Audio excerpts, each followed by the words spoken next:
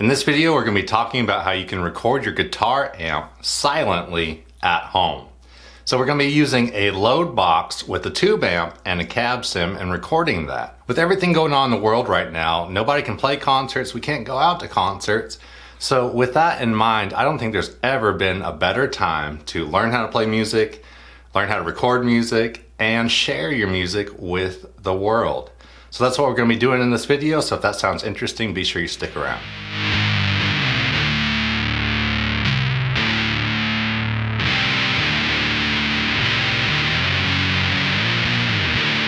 I'm Jason from Fuzzlord Effects, and I really appreciate you taking the time to check out the YouTube channel.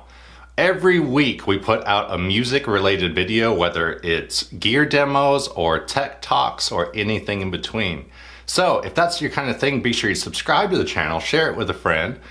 And if you want to keep up with me on a daily, you can check out the Instagram page at Fuzzlord Effects, fuzzlordeffects.com to check out pedals and other kind of things. The Fuzz Life podcast, a weekly music-related podcast. And before we get started, a big thank you to all of our Patreon supporters that help run this channel and everybody that's grabbing t-shirts that are available below the video. All that stuff's a big help to running this channel. All right, so let's talk about our setup today. The amp I'm using is a Laney AOR50 tube amplifier. I'm using a Weber Mass 100 load box. It has a DI output. That's like the big deal with these load boxes. And then I'm using a Cab Zeus Mono, which is a like guitar pedal package, but it's a cab sim box. It has about a dozen different cab sims in there. Greenbacks, Legend speakers, and kind of a bunch of stuff in between. Also, I'm gonna be running my pedal board into the front end of the Laney. Question of the week is, I want to know how you record your guitars at home. So I want to know, do you just use a SM57 from your amp? Do you just DI right into your laptop, for example? Or do you have a similar load box and cab sim setup? Drop me a comment below and let me know. And of course, let me know where you're watching from. And I look forward to talking to everyone in the comments.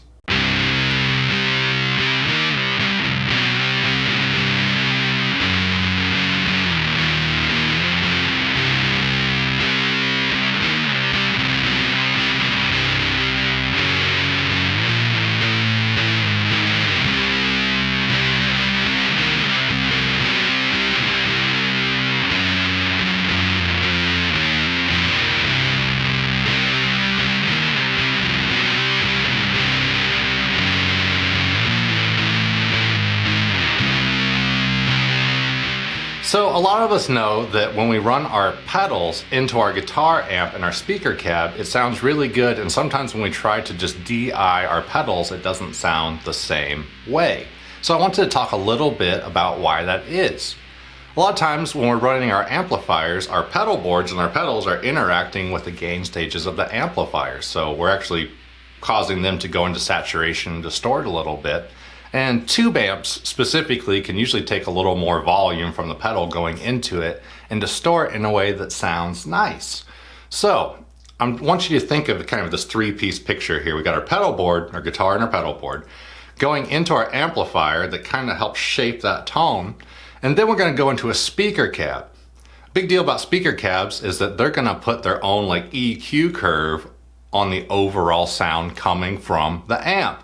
So if you've ever recorded an amp with a load box with no cab sims, it's usually very sterile sounding and not what we're used to. So if you put a cab sim on there or give it a nice EQ treatment in your DAW program, we're going to get a lot closer to what we're used to, because a lot of us playing live rigs loud is kind of this multifaceted thing that we're really getting our sound from. We got our guitar and our pedals kind of giving our baseline tone, feeding into our amps that color up the sound a lot. We're gonna have our EQs there and it's gonna be nice to use. And then going into our speaker cab. If you've ever heard demos with different speaker cabs, you can tell that different cabs and different speakers sound dramatically different.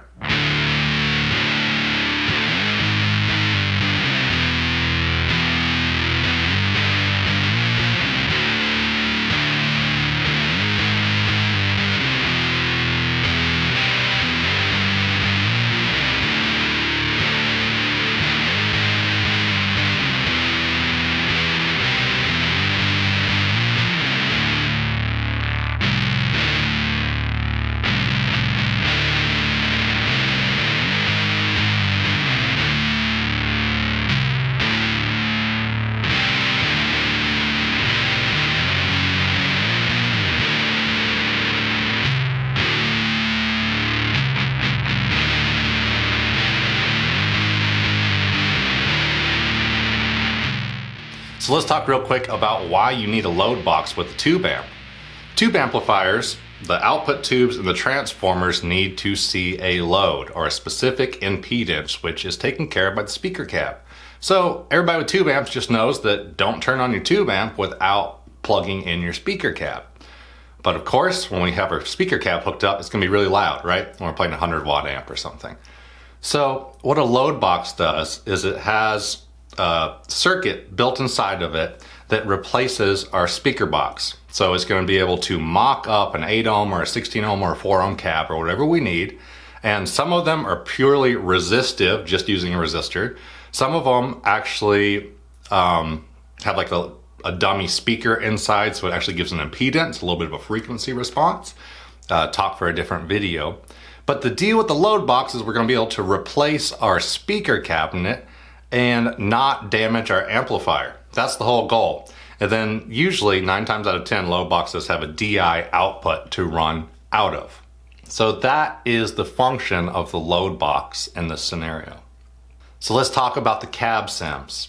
Again, we talked about before that speaker cabs give a nice EQ, and it's kind of just like a familiar sound, like we're getting used to hearing greenbacks, for example.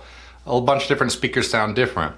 So we have a load box plugged into the tube amp, so now we can get a nice DI signal into our recording program. I'm using Reaper. What the cab sim's going to be able to do is help take the place of the actual EQ and the sound of the speaker cab. So the load box is going to help us use the amp without speaker setup. The cab simulator is going to make it sound more like what we're used to. I have this setup going so that I can kind of have all my knobs here in the real world and get all my adjustments going before I pump it into my DAW. Just makes recording very simple for me.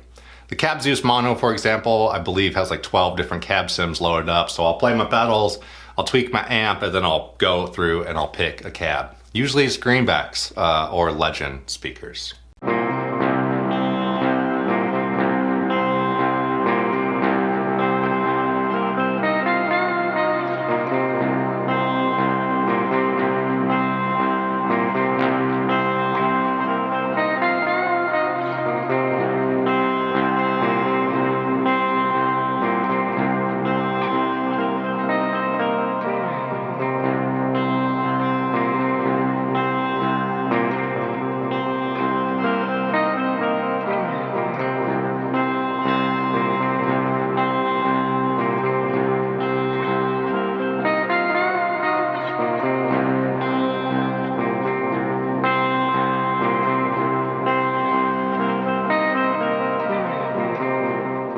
I'm Jason from Fuzzlord Effects, and I really appreciate you taking the time to check out the YouTube channel.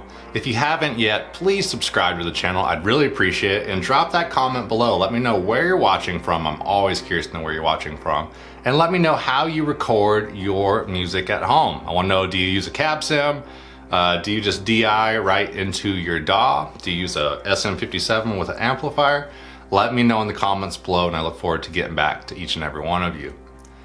A big thank you to all of our Patreon supporters whose names we're running on the screen right now. You all really help support this channel. So if you're curious to become a Patreon subscriber, you can check the description below the video, and I'll take you a link to our Patreon page.